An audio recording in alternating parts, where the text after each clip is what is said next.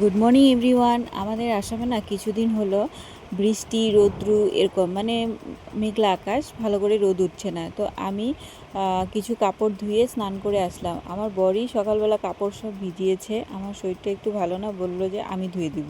তো ও এই ভারী ভারী কাপড়গুলো ধুয়েছে। তারপর আমি স্নান করতে গেছিলাম, ভাবলাম যে না, আমি পাতলা পাতলা কাপড়গুলো ধুয়ে নিয়ে আসি।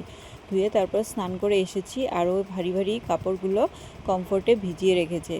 তো আমি স্নান করে এসে দেখি দিদা পুরি বানিয়েছে, পুরি খেলাম। আর আমার মেয়ে পুরি খাবে দিদা থেকে, তো হাত একদম তেল দিয়ে শেষ করেছে পুরির তেলে। তো ওয়াইপস দিয়ে এখন হাতটা মুছাচ্ছিলাম, কিছুতেই মুছবে না।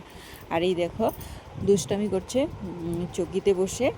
তারপর সন্ধেবেলা আমরা দুজন মিলে একটু মেয়ের জন্য হোমমেড স্যারেলাক বানালাম। আর এই দেখো স্যারেলাকটা খুব সুন্দর হয়েছে, অল্প পরিমাণে বানিয়েছি, যদি না খায় তার জন্য ওয়েস্ট যাবে না। তো এই দেখো এখন খাওয়ানোর চেষ্টা চলছে, খেতে চাইছে না, আজকে ফার্স্ট তো